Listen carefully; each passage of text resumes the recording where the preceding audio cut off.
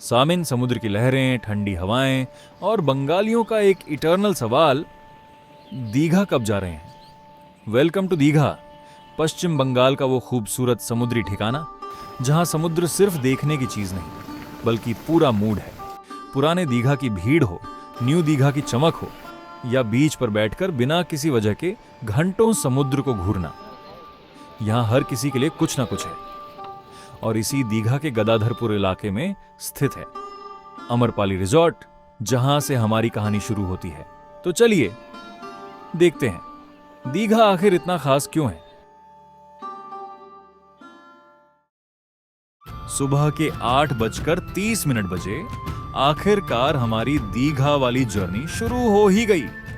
गाड़ी रेडी, सामान रेडी, और सबसे जरूरी सबका एक्साइटमेंट फुल चार्ज। अब सफर शुरू तो बड़े आराम से हुआ, लेकिन रास्ते में कुछ छोटी मोटी प्रॉब्लम्स ने भी अपना अटेंडेंस लगा दिया। कभी गाड़ी का मामला, कभी रास्ते का झंझट। मतलब जर्नी में थोड़ा ड्रामा तो बनता ही है, लेकिन हमने भी सोच लिया था रुकना नहीं है, दीघा पहुंचना है। रास्ते भर हंसी मजाक, रैंड बातें और बीच बीच में खाने पीने के ब्रेक्स के साथ हमारी गाड़ी आखिरकार दोपहर में दीघा पहुंच ही गई। दीघा पहुंचते ही सबसे पहला काम था रहने का जुगाड़, और पूरे 2 दिनों के लिए हमने अमरपाली रिजॉर्ट बुक कर लिया। अब गाड़ी से सफर खत्म, लेकिन असली दीघा वाला एडवेंचर तो अब शुरू होने वाला था।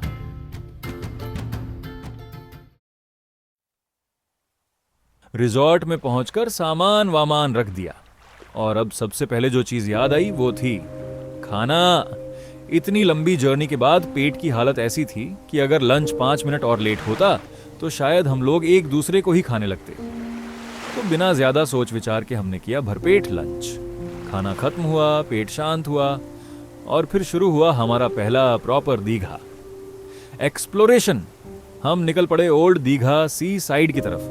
गाड़ी से नहीं, इस बार सोचा चलकर देखते हैं भाई दीघा आखिर है कैसा। सड़क के किनारे चलते हुए एक तरफ लोगों की भीड़, दूसरी तरफ दुकानों की चहल पहल, और जैसे जैसे हम समुद्र के करीब पहुंच रहे थे, हवा में वो हल्की सी नमकीन स्मेल और समुद्र की आवाज साफ सुनाई देने लगी। और फिर सामने था समुद्र, लहरें आ रही हैं, जा रही हैं, और हम लोग ऐसे खड़े हैं जैसे पहली बार पानी देखा हो। ओल्ड दीघा के सी साइड पर थोड़ा घूमने के बाद हमने सोचा अब कुछ अलग किया जाए, और फिर हमारा अगला स्टॉप था साइंस सिटी। नाम सुनकर लगा था कि आज तो खूब ज्ञान मिलेगा, लेकिन अंदर जाते ही पता चला कि यहाँ साइंस से ज्यादा हमारा बचपना बाहर आने वाला है। अलग अलग साइंटिफिक मॉडल्स, एक्सपेरिमेंट्स और इंटरेस्टिंग चीजें देखते हुए हम काफी देर तक वहां घूमते रहे। कहीं कुछ समझ आ रहा था, कहीं कुछ नहीं, लेकिन एक चीज कॉमन थी, हर चीज के साथ फोटो जरूर चाहिए। तो इस तरह लंच से शुरू हुआ हमारा दीघा का पहला आउटिंग। ओल्ड दीघा की सी साइड वाइब्स से लेकर साइंस सिटी के एक्सपेरिमेंट्स तक। पहला दिन अभी खत्म नहीं हुआ था, लेकिन हमें इतना समझ आ चुका था कि दीघा में बोर्डम नाम की कोई चीज नहीं है। अब हमने गाड़ी उठाई और निकल पड़े जगन्नाथ मंदिर की तरफ। दिन भर घूमने के बाद थोड़ा थक तो चुके थे, लेकिन जैसे ही मंदिर के पास पहुंचे पूरा माहौल ही बदल गया। अभी तक जहां हंसी मजाक और घूमने की एक्साइटमेंट चल रही थी, वहीं मंदिर के आसपास आते ही एक अलग तरह की शांति महसूस होने लगी। मंदिर का एंट्रेंस देखते ही सबसे पहले ध्यान गया इसकी खूबसूरत आर्किटेक्चर पर। बड़ा सा मंदिर, शानदार डिजाइन और चारों तरफ का शांत माहौल सच में देखने में काफी सुंदर लग रहा था। हमने अंदर जाकर आराम से दर्शन किए और थोड़ी देर वहीं घूमते रहे। कोई जल्दी नहीं थी, कोई भागदौड़ नहीं, बस आराम से उस मोमेंट को फील कर रहे थे। और तभी आया सबसे इंपॉर्टेंट पार्ट, प्रसाद। दर्शन के बाद प्रसाद मिला, और सच बताऊं, दिन भर घूमने के बाद प्रसाद का स्वाद कुछ ज्यादा ही अच्छा लग रहा था। लेकिन इस पूरे मोमेंट की खास बात सिर्फ मंदिर की खूबसूरती नहीं थी। दिन भर की भागदौड़, रास्ते की मस्ती, घूमना फिरना, इन सब के बीच परिवार के साथ कुछ पल बिल्कुल शांति से बिताना, यही शायद ट्रैवल की सबसे अच्छी चीज होती है।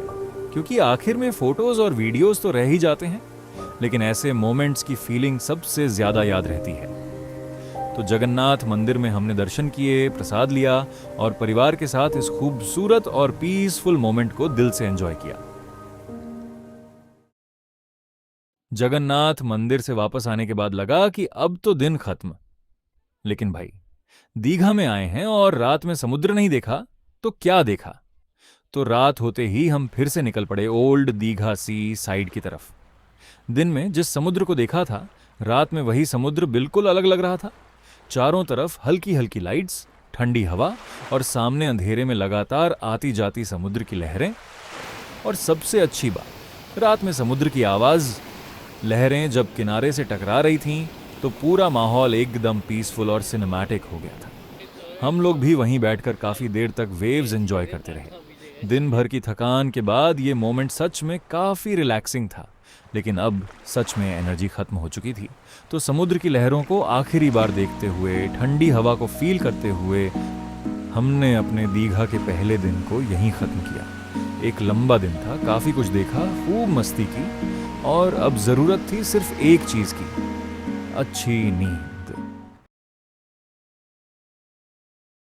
और फिर आ गया दीघा में हमारा दूसरा दिन। पहले दिन की इतनी भागदौड़ के बाद लगा था कि आज थोड़ा आराम करेंगे, लेकिन वो सिर्फ सोचने की बात थी। सुबह उठते ही फिर से तैयार हुए और निकल पड़े मोहना की तरफ। मोहना यानी वो जगह जहां समुद्र और नदी का मिलन देखने को मिलता है। यहां पहुंचते ही सबसे पहले जो चीज ध्यान खींचती है वो है चारों तरफ का खुला माहौल और पानी का ये खूबसूरत नजारा। सुबह का समय था, हवा काफी फ्रेश थी और आसपास मछुआरों की एक्टिविटी शुरू हो चुकी थी। हम भी आराम से वहां घूमने लगे। कहीं बोट्स खड़ी थीं, कहीं मछुआरे अपने काम में लगे थे और कहीं लोग सुबह की फ्रेश हवा का मजा ले रहे थे। लेकिन मोहना की असली इंटरेस्टिंग चीज सिर्फ इसका व्यू नहीं था। थोड़ा आगे बढ़ते ही हमें दिखा फिश मार्केट और यहां आते ही पूरा माहौल बदल गया। जो जगह अभी तक शांत और पीसफुल लग रही थी, वहां अचानक एकदम अलग लेवल की एक्टिविटी शुरू हो गई। सुबह सुबह ही फिशरमैन अपनी बोट से अलग अलग तरह की मछलियां लेकर पहुंच रहे थे।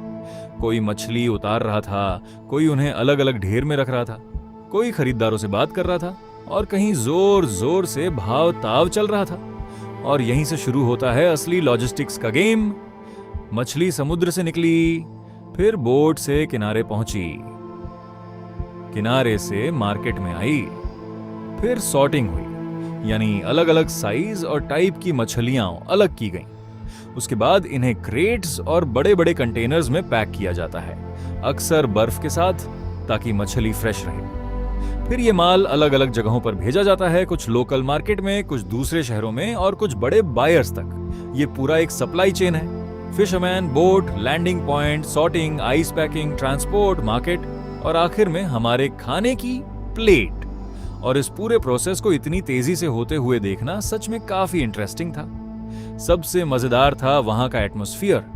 चारों तरफ लोगों की आवाजें, बोट्स की हलचल, मछलियों की क्रेट्स, बर्फ, पानी और लगातार चलती खरीद बिक्री। कहीं कोई प्राइस पूछ रहा है, कहीं कोई बार्गेन कर रहा है और हम लोग बीच में कैमरा लेकर ऐसे घूम रहे थे जैसे नेशनल ज्योग्राफिक का बजट वर्जन। मोहना ने हमें दीघा का एक ऐसा साइड दिखाया जो सिर्फ बीच और टूरिज्म से बिल्कुल अलग था। यहाँ हमें समझ आया कि समुद्र सिर्फ घूमने और फोटो लेने की जगह नहीं है। इसी समुद्र से हजारों लोगों की रोजी रोटी जुड़ी हुई है। किसी के लिए ये हॉलिडे डेस्टिनेशन है, लेकिन किसी के लिए यही समुद्र रोज सुबह काम शुरू होने की जगह है। मोहना में घूमते हुए, फिश मार्केट की हलचल देखते हुए और इस पूरे प्रोसेस को करीब से एक्सपीरियंस करते हुए हमारा डे 2 काफी इंटरेस्टिंग बन चुका था। मोहना और फिश मार्केट की पूरी हलचल देखने के बाद अब हमारी गाड़ी फिर से निकल पड़ी एक नए डेस्टिनेशन की तरफ और हमारा अगला पड़ाव था चंदनेश्वर मंदिर। मंदिर के अंदर जाते ही माहौल एकदम शांत और डिवोशनल हो गया। दिन भर की भाग दौड़ के बीच यहाँ कुछ देर रुकना काफी अच्छा लग रहा था। हमने दर्शन किए, मंदिर के आसपास थोड़ा घूमे और माहौल को एंजॉय किया। दर्शन करके बाहर निकले और अब अगला ठिकाना था तालसारी। और यहां पहुंचने के लिए इस बार हमने गाड़ी नहीं, नाव पकड़ी। अब नाव में बैठते ही सबके अंदर का रोमांच जाग गया। पानी के बीच से नाव आगे बढ़ रही थी, चारों तरफ हरियाली और नदी का सुंदर नजारा, और हवा ऐसी चल रही थी कि लगा भाई आज तो जिंदगी बन गई। नाव की सवारी अपने आप में एक अलग अनुभव था। धीरे धीरे हम पहुंचे तालसारी की तरफ। We have reached the island of the red crab. Talsari की सबसे खास चीजों में से एक है इसका प्राकृतिक नजारा। चारों तरफ हरियाली, पानी, समुद्र के करीब का शांत माहौल और बीच बीच में लाल रंग के छोटे छोटे लाल केकड़े। और लाल केकड़े देखते ही हमारा पूरा ध्यान उन्हीं पर चला गया। ये छोटे छोटे केकड़े रेत पर इधर उधर भाग रहे थे और जैसे ही हम उनके थोड़ा करीब जाते, फुर्र, लम भाग गए। हम भी पीछे पीछे ऐसे दौड़ रहे थे जैसे आज का मिशन ही केकड़ा पकड़ना हो। एक तरफ हम उन्हें पकड़ने की कोशिश कर रहे थे, दूसरी तरफ वो बेचारे अपनी पूरी रफ्तार से हमसे बचने की कोशिश कर रहे थे। तालसारी का पूरा माहौल सच में काफी खूबसूरत था। समुद्र के पास की खुली हवा, कुछ देर बस वहीं घूमते रहो तो मन अपने आप तरोताजा हो जाता है। काफी घूमने के बाद हमने फिर से नाव पकड़ी और वापस अपनी गाड़ी की तरफ आए। और अब अगला ठिकाना था उदयपुर समुद्र तट। नाम सुनते ही उत्साह बढ़ गया था, क्योंकि अब योजना थी सिर्फ समुद्र देखने की नहीं, पानी में उतरने की। उदयपुर समुद्र तट पहुंचते ही मैं और दादा सीधे समुद्र की तरफ निकल पड़े। पहले तो बस पैर पानी में डाला, फिर थोड़ा अंदर गए और फिर भाई जब पानी में उतर ही गए हैं तो वापस क्यों आए। बस फिर क्या था, सीधा समुद्र में नहाना शुरू। काफी देर तक पानी में मस्ती करने के बाद आखिरकार बाहर निकले। अब शरीर थक चुका था, कपड़े गीले थे और भूख तो अलग लेवल पर पहुंच चुकी थी। रात होते ही हम वापस दीघा के मार्केट एरिया की तरफ निकल पड़े। दिन भर नेचर और बीचेस एक्सप्लोर करने के बाद अब बारी थी थोड़ी शॉपिंग और स्ट्रीट फूड की। मार्केट में पहुंचते ही चारों तरफ लाइट्स, दुकानों की भीड़, लोगों की आवाजाही और हर तरफ अलग अलग चीजों की दुकानें। कहीं कपड़े, कहीं सुवेनिर्स, कहीं समुद्र से जुड़ी चीजें, तो कहीं छोटे मोटे गिफ्ट्स। और ऑब्वियसली शॉपिंग तो बनती ही थी। कुछ सामान खरीदा और शॉपिंग के बाद सबसे इंपॉर्टेंट काम था स्ट्रीट फूड। दिन भर घूमने के बाद जब गर्मा गर्म स्ट्रीट फूड सामने आया तो हमारी सारी थकान अचानक गायब। कुछ लोकल स्नैक्स, कुछ टेस्टी चीजें और साथ में फैमिली के साथ बैठकर खाना। यही तो असली ट्रैवल वाली फीलिंग है ये। रात काफी हो चुकी थी, अब शॉपिंग भी हो गई, पेट भी भर गया और एनर्जी भी ऑलमोस्ट खत्म। तो आखिरकार हम वापस निकल पड़े अपने रिसोर्ट की तरफ। और देखते ही देखते आ गया हमारी दीघा यात्रा का आखिरी दिन। तो सुबह मैं और दादा पैदल ही निकल पड़े पास के समुद्र तट की तरफ। सुबह की हवा, शांत समुद्र और रास्ते में लोगों की हलचल, सब कुछ काफी अलग और सुकून भरा लग रहा था। समुद्र के पास पहुंचते ही सामने एक तरफ विशाल समुद्र और दूसरी तरफ जगन्नाथ जी का रथ दिखाई दिया। एक ही जगह पर समुद्र की लहरें और भगवान जगन्नाथ का रथ, दृश्य सच में काफी खूबसूरत लग रहा था।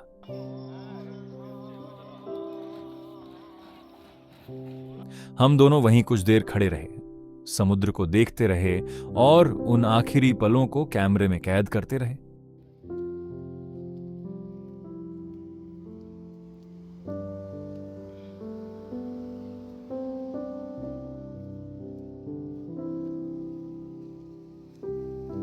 समुद्र को आखिरी बार देखकर हम वापस रिजॉर्ट आए और शुरू हुआ यात्रा का सबसे दुखी वाला काम, सामान पैक करना। वापसी के रास्ते में पहला पड़ाव था शंकरपुर। शांत समुद्र तट, खुला आसमान और दीघा की भीड़ से थोड़ा अलग माहौल। थोड़ी देर वहां रुके, नजारा देखा और फिर आगे निकल पड़े।